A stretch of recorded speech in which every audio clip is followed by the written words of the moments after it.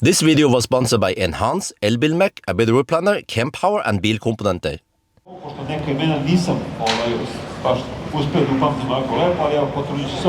I will try to pronounce each and every name properly. Of course, we start from a friend. Vanja Kartić, EV Clinic. Now, we have Nico Meyerhofer, CTO and founder of Aviloo. So the diagnostics, all of the data and all of the things we want to know. Then we have Jesse Hapala, EV workshop owner from Finland. Tako da znamo i šta su problemi. Tako. And we have Nasir Farouk, EVHub Norway. And the last but not least, you see the picture up there, Teslabjorn, YouTuber. No applause, okay, please, come on. Thank you very much, thank you very much. Now, gentlemen, this has to be informal. So if you want to say something, please interrupt whenever you want, say what you want. But I want to make a discussion about the topics that you have seen on your everyday basis, because you see what is really true about electric vehicles. But let's begin from the past. 10, 15 years ago. What were the biggest issues with electric vehicles you found annoying, or let's say found really problematic for you as a user, as a customer, as a workshop owner, from your own perspective? So let's start from this way. Well, 350,000 followers are waiting for you, including these here. Well, let's say at least 12 years ago, charging and fast enough charging was like an issue. So fortunately I had a Model S that could drive quite far, but I had to sometimes charge for over an hour and then drive 300, 400 kilometers between each, like a supercharger back then, and then it was AC charging that took 4 or 5 hours. So basically charging was the biggest issue back then. So, Baruch, what is from your perspective? Let's say so long time ago, what were the issues with the cars you know about? Yes, thank you for the question. I can say that in the beginning, a lot of EV owners were looking for something besides OEMs. Where could they go? And then I started to get to my workshop email from customers that, okay, I have a Tesla, another EV, I want to fix my car, and do you have some solutions? And what I said that in the beginning it was no solution out there, so you had to do everything yourself in the beginning. So I took in some cars, did some R&D, tried to find out the solution, and when I didn't do the R&D, I rented out the car to fund it. And then I find some solution, posted in some social medias and got to know it, and then of course Teslabjorn visited my workshop, we did some videos, and then more people got to know it. Okay, it's some option where we can get some solution for the EVs. Obviously, problems with the cars in Finland are different from the one that we see here in Balkans, but let's start with what you knew 1.5 decades ago about the electric cars. Yes, actually I can agree on these first sentences for sure. And well, of course, 15 years ago the cell chemistry was different, and it was not up to standards as we know now.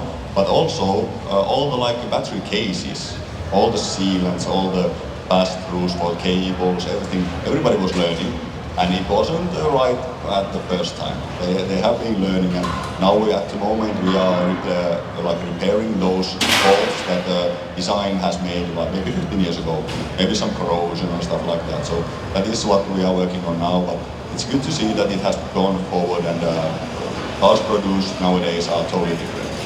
So since Aviloo analyzes practically all of the electric cars in the market and knows a lot about them, even more than we expect, can you confirm or add anything on to what you just heard? Yeah, the first problem was that I cannot afford the money to buy a car. That was my problem. Then we thought, well, let's buy a second used car, but there was no second used car because there was simply no market in the beginning. And from the technical point of view, of course, the missing thermal management, that was the biggest lack in my opinion.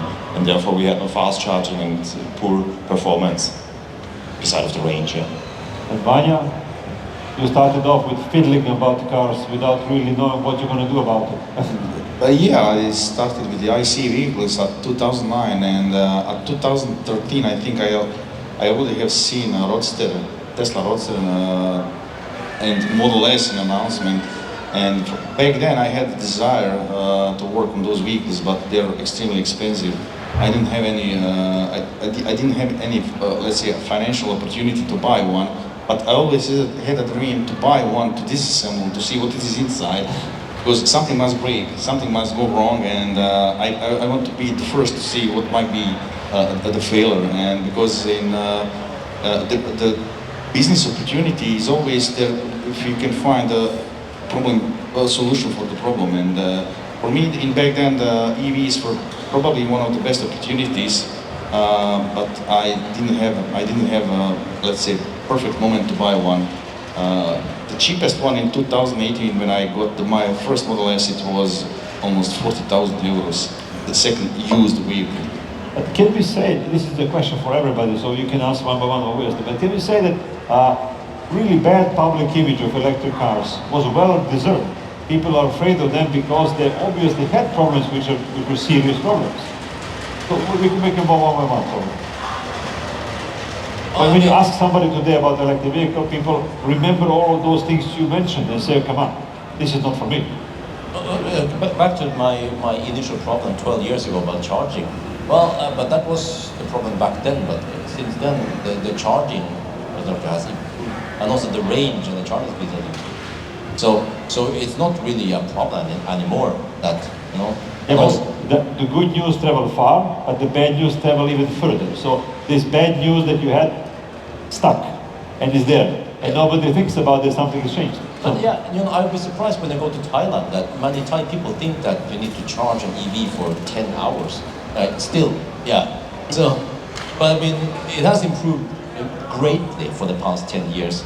So it's not the problem anymore. But like you said, you know, they still get stuck in people's mind. Like in the old days, people were skeptic to Tesla. Like, oh no, it's rear-wheel drive.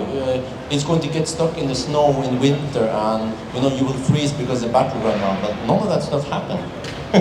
So unless you try to run out on purpose, but there's just some things they get stuck there.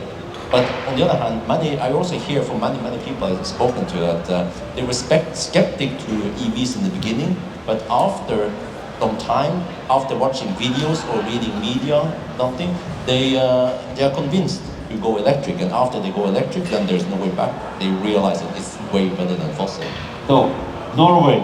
So, do you think that really bad image of electric cars was well deserved? Because Norway is one of the leaders in electrification. So, what you saw everything before us. Yes, true. And we have so many cars out of warranty now. And the biggest challenge, the mindset of the people are slowly changing in Norway. Because the issue is that when you buy an EV new, you pay the 50,000 euro, about 70,000 euro. But after 3, 4, 5 years, the price goes down, and the spare parts price are still here. So our mission is actually, with good people here, to get the spare parts price down so it's match the price of the used car. So it must be a balance. And now we are seeing that now in the market. It's coming people. So I really believe that EV owners should not be afraid to buy a used EV. It's very sustainable to own it because it's coming solution for reman in the aftermarket. And that's a very important message. So what people ask you when they come to your workshop in Finland, what the ones that are not driving maybe electric cars, what they ask about in the first, what they're afraid of most? Well, the repair cost is one thing, for sure. But then, yeah, this classical, you're gonna drive, when it gets cold, you're not gonna get anywhere, and when you get a problem, it's gonna cost more than the car. And these are the classical questions, and but yeah, we try to fight those assumptions, and I think we've done really good on that, creating these tools and methods to repair the cars, even creating spare parts as of this whole tool. And I think we are slowly trying to crumble this image of electric cars that they are not repairable and unusable somehow. And also in Finland, the charging network is now so good that there's absolutely no problem to drive across the whole country, even up in the north. So that has been the topic also, that you cannot go anywhere. And when you look at the Aviloo data that is available or that you have on your database, are cars from 10 years ago different from the one today? Reliability, battery life? Yeah, the first thing I have to say, the anxiety for electromobility is wrong. That's the point. Yeah? We performed now hundreds, thousands of tests already, so around about 450,000 tests, and on average the aging is very good, so they are aging very slow. That is what the data says. Yeah? But the point is always the variety, how the people treat the battery, if they treat it good or bad.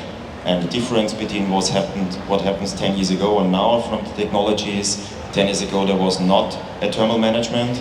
The people did although fast charge, although kick the throttle like crazy because it was cool. And then of course the battery wear out much faster. And what we recognize now is the wear out on average, but also the variety is quite similar, but you have all taken into comparison that now the fast charging is like 4 times faster. The battery capacity is four times bigger. The vehicles are bigger and heavier. So I would say the quality in total is much better than before, but it's a little bit compensated because of the much higher performance in comparison to the vehicles 10 years ago that were available. Vanya, who is guilty for the assumptions about electric cars? Because we just heard people ask, how long will the battery live? Can I drive in snow? How long will I charge? Who is the guilty one for such assumptions which are not obviously valid anymore? Who created them? I think it's not just my opinion. I think by the questions of our customers, you can relate why they think that, because I think in the past 12 years, especially in the Balkan region, mainstream media pressed out too many misinformation about electric vehicles, scaring off people. If you are stuck in snow, it will turn off. You cannot charge it anywhere. There is no chargers. You have in Croatia at least maybe more than 50% of population. They do not know that you can charge EV on the socket. So it's unbelievable how many false information they got and how many questions they ask us based on false information. So it's unbelievable. That's why we are trying to our social media channels and everywhere inform them about everything, not just the good side, but even the bad side, but the right way, not the wrong way. You want to say? Yeah, I want to add also that the car manufacturer, they didn't start with love to develop and to produce electric cars. That was the first problem. So imagine one company that built the first car, which was really usable with a high range and everything was fine. And all the car manufacturers all over Europe said, no, that's not the future. And they made it by their own. I think a little bit also the anxiety and the doubt to go to a new technology like electric vehicles. That I think this was really European made. Yeah, this is Europe-made fear against EVs, and you're completely right, because maybe if I can relate it, but a lot of German media made that fear against EVs, so it's unbelievable. They were probably trying to protect their own market of IC vehicles, scaring off people. Even one guy from who was related with one of the OE manufacturers, he said he knows the CEO and he knows the sales manager, and he went to buy one electric car in their shop. And the sellers told him that he shouldn't buy the EV, it's not good, it's better to buy the diesel because you cannot drive so far with EV, it's slow charging, it's bad, battery is too expensive. So even the seller of their own vehicle was telling the customer not to buy the EV. But this is almost 10-year period, it's not just 1 month or but the media is still pushing if one car is burning, it's always an electric vehicle. And therefore last years we went very often to insurance companies and asked, because they know really the truth. And they tell everybody the percentage rate, the risk of a fire for electric vehicle is 10 times lower or even much lower than for a diesel or combustion. Now let's ask an expert in communication. Teslabjorn is the really famous name on YouTube, but when you post something, and what are the most usual comments, negative comments, about electric vehicles that you find on your channel? Well, actually nowadays, Nowadays, yeah. Exactly. nowadays people are negative against Tesla. That's a different story. Yeah. But yeah, I just want to comment, by the way, on the whole, fear about EV. That there was a fire a couple of years ago. So a big fire in a car parking garage near airport, Stavanger, and immediately they were like, it's an electric car that burned.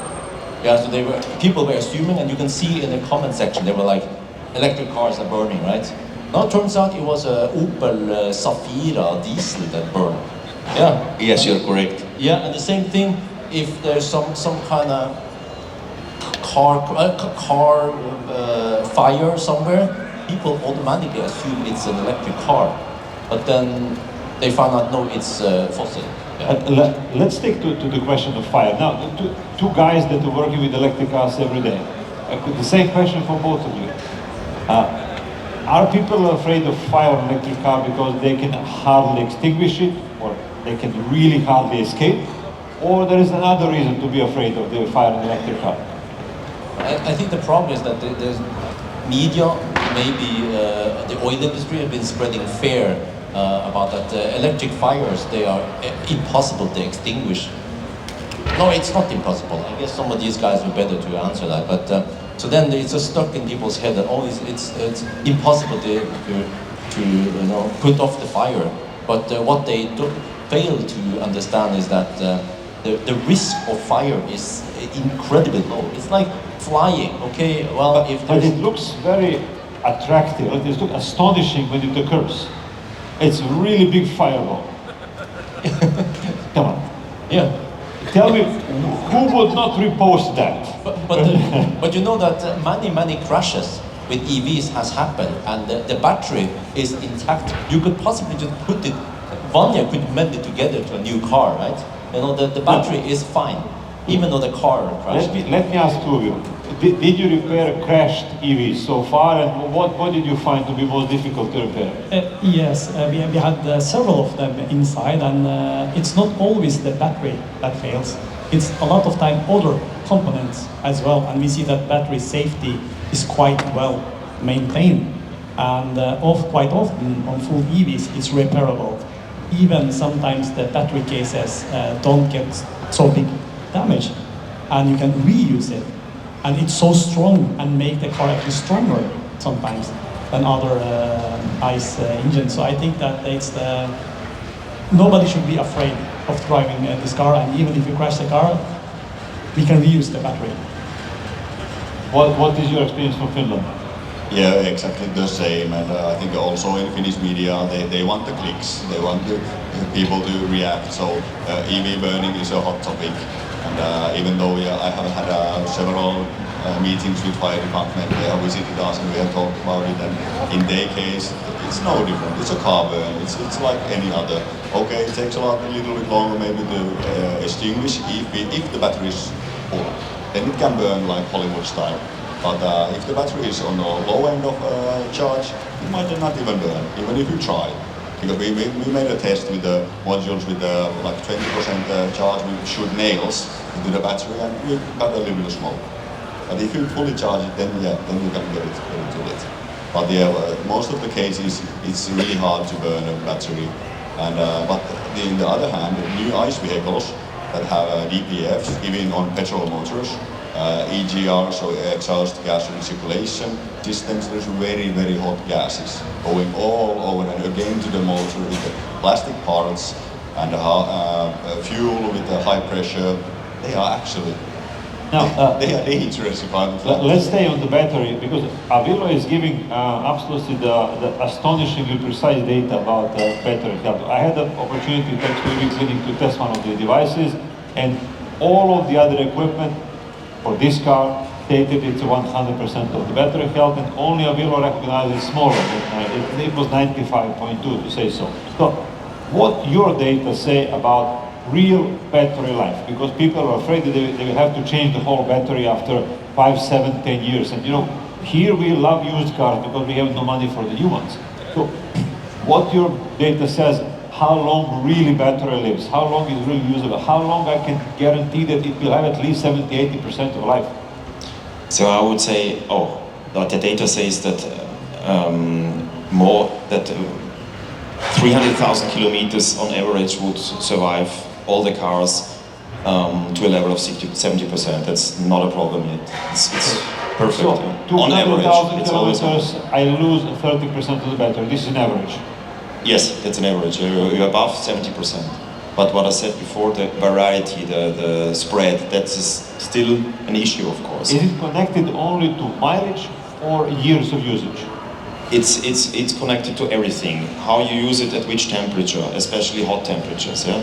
When the car is standing still, the battery cell is aging much faster when it's standing still, when it's getting higher temperature. So from the south, you recognize the aging is faster than from the vehicles from the north. Also, the driving behavior, it's really the point that if you're fast charging more often and much higher to 100%, then it's aging much faster. That's like we people, our human being. When we fight a lot, then we die earlier, or we age faster, or we eat something bad. Yeah? No, that's the point. Yeah? That are many effects that the consumer can affect, and therefore the consumer and the user of the car, it's his decision whether the battery is aging fast or not. And beside of that, there are still some problems within the cells. It's like just a statistic problem maybe within the cell compartment, the battery management system compartment, sometimes also water intrusion within the battery compartment. I think that's the highest risk and the highest probability problem in the world outside the market. You want to add something, yeah? Yeah, I want to add something about this. The mileage is one thing, but maybe more about the cycles of the battery. How many cycles have you done with the battery? And that's related to the size of the battery. So if you have an EV of now standards, let's say you can get the 300 kilometers per charge. So let's say nowadays these batteries can last maybe 3,000 cycles. Then they have done their job. So 3,000 times 300 kilometers is 900,000 kilometers. Then after that, everybody can say that, the battery has done its job, and that's good. But when you have a plug-in hybrid with a range of 30 kilometers, you drive the 3,000 cycles, it's 90,000 kilometers. So if you drive your small battery plug-in hybrid like an electric car, you maximize the electricity drive, it might be that you're not getting 100,000 kilometers before the battery is worn down. But do you count as a cycle each and every charge of the battery, or each and every full charge of the battery? Well, one cycle is from when you charge it to top and drive it to minimum. So if you use 30% of the cycle, then it's about 30%. But it's better if you use it from 20 to 80, it's actually less than 60%. So it's easier for the battery to be in the middle. So that's why usually on the EV side at least it's told that you shouldn't charge it above 80 if you don't need it. If you need it, then of course you charge it. Since we have a few more minutes, I would like to partially wrap up our panel here with a question which is same for all of you, but I would like to start from Vanya because I know he has a lot to say. You know. He will be for an hour. We can talk about this. At this moment, today, if I want to be an owner of an electric car, what can I expect to be my problems? Of course, the problems will be solved, but what can I expect to be problems if I buy any of the current models? Out of your experience. New or used? Let's say new one. New one. Current technology. It depends. By our statistics, it's not always the battery pack most real part. It is usually some of other high voltage components, OBCs, DC-DC drive units. Let's say that maybe 60% of all our repair requests are electric motors. It's not battery pack defects. So battery pack represents maybe less than 30%. And what Jesse said, it is sometimes really important if you are willing to use the EV daily, every time, for any purpose, it is better to have bigger battery pack, because with bigger battery pack, you have more charging cycles and more miles you can make. So let's say what we have calculated that, for example, Model 3 with 82 kilowatt hour, if you are using it constantly for highway, for city driving and for anything else, you should be able touch end of life of the battery. We call it end of life. That means when you touch 600,000 kilometers, you will need to change it. It's not repairable. Hybrids from other side, they have a shorter end of life cycle. That means if you are using constantly, you will use up all charging cycles and it will die. For example, I think Porsche hybrid has less than 50,000 kilometers life cycle. So if you are using constantly in e-drive, it will fail. So depends who will use and how it will use the EV or EV drive and hybrid. It depends how long it will survive. We can come back to Aviloo later. Let's continue with you, with the three of you. What do you expect today as a problem with electric cars? If I buy a new car today, what do you think that I can face as a difficulty as a user? My opinion is that it's not necessarily the drivetrain. It's more like maybe software problems and bugs, or like minor problems like a door handle or whatever that needs to be fixed. Door handles only if you have Tesla, not the others. No, other cars also. They have like Kia has it. yeah. or actually very common 12 volt, low 12 volt problems. Maybe because they drain itself. But this is usually due to maybe bad development of the software or something like that. Like it drains itself without charging it up again. So yeah, it's mostly that, and then I guess also nowadays I feel like many car manufacturers they might not care about efficiency, so you don't get the range that is advertised. Yeah. I'm not going to mention this. Is the question I saved for Aviloo at the end, but let's continue. What do you think that the current problems would be, apart from one that you've heard so far? Yeah, it's two parts here. For example, new cars, it's very important to know when you buy the car, who will do the service, what is the service network for the car, what is the availability for the spare parts for the car you will buy. And the third main thing will be the pricing of the parts. So a buyer should think like that, because if you want to sell it later, who will buy this car will think this way. Second thing is the used cars. When you want to buy them, you must see, okay, what is the repair solution? How good is the quality of the cells? For example, some manufacturers have not repairable cells and others have better. So it's very important to set into these details before you decide buying an EV. And that will make, I think, the aftermarket handling the cars easier for the buyer. I think this is important topics. Finland, like the Eurovision Song Contest, Norway, Finland. well, I think that EVs that are sold today, they are going to be good. I think they are going to work well. We have seen the development of the motors and EV or electric, like battery packs and cells, and I think we have had a huge improvement from, let's say, 2010 to this day.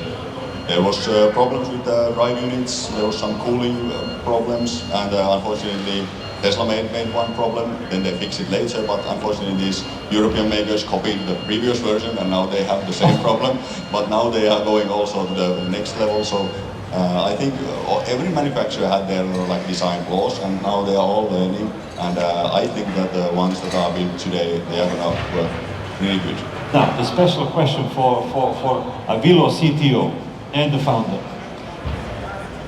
Why do manufacturers lie to us about battery capacity? When I go to official workshop to check my battery, they say this is your percentage, and then when I test it with your device, Please cut. I get something else. Why? And does everybody do that? I was working 10 years at General Motors, Opel. Whatever I will say, it can be used against me. So, well, everybody remembers the Dieselgate, and I have to say they didn't learn. Nobody learned something out of that. I don't have an answer for that. I don't know. Maybe they are too proud to give the truth out in the field there. Now everybody is hiding. Tesla started long range, short range. Many other companies are hiding the kilowatt hours now. So I don't have an answer for that. For me, I don't understand it. It's for me, it doesn't bring trust. It's the opposite that it brings. If they hide the information. It's an uncomfortable feeling for us. And it's like we said in the beginning, in Europe, many companies made mistakes when they wanted to introduce or not introduce the electric mobility. Now it's the same again. And therefore, it's a need that we are here, that our companies exist, and we bring transparency into the batteries, into the cars, into the drivetrain, and we find solutions to repair battery packs as well as the whole electric compartment like drivetrain. So just to end up, because we have exactly 1 minute to end up this,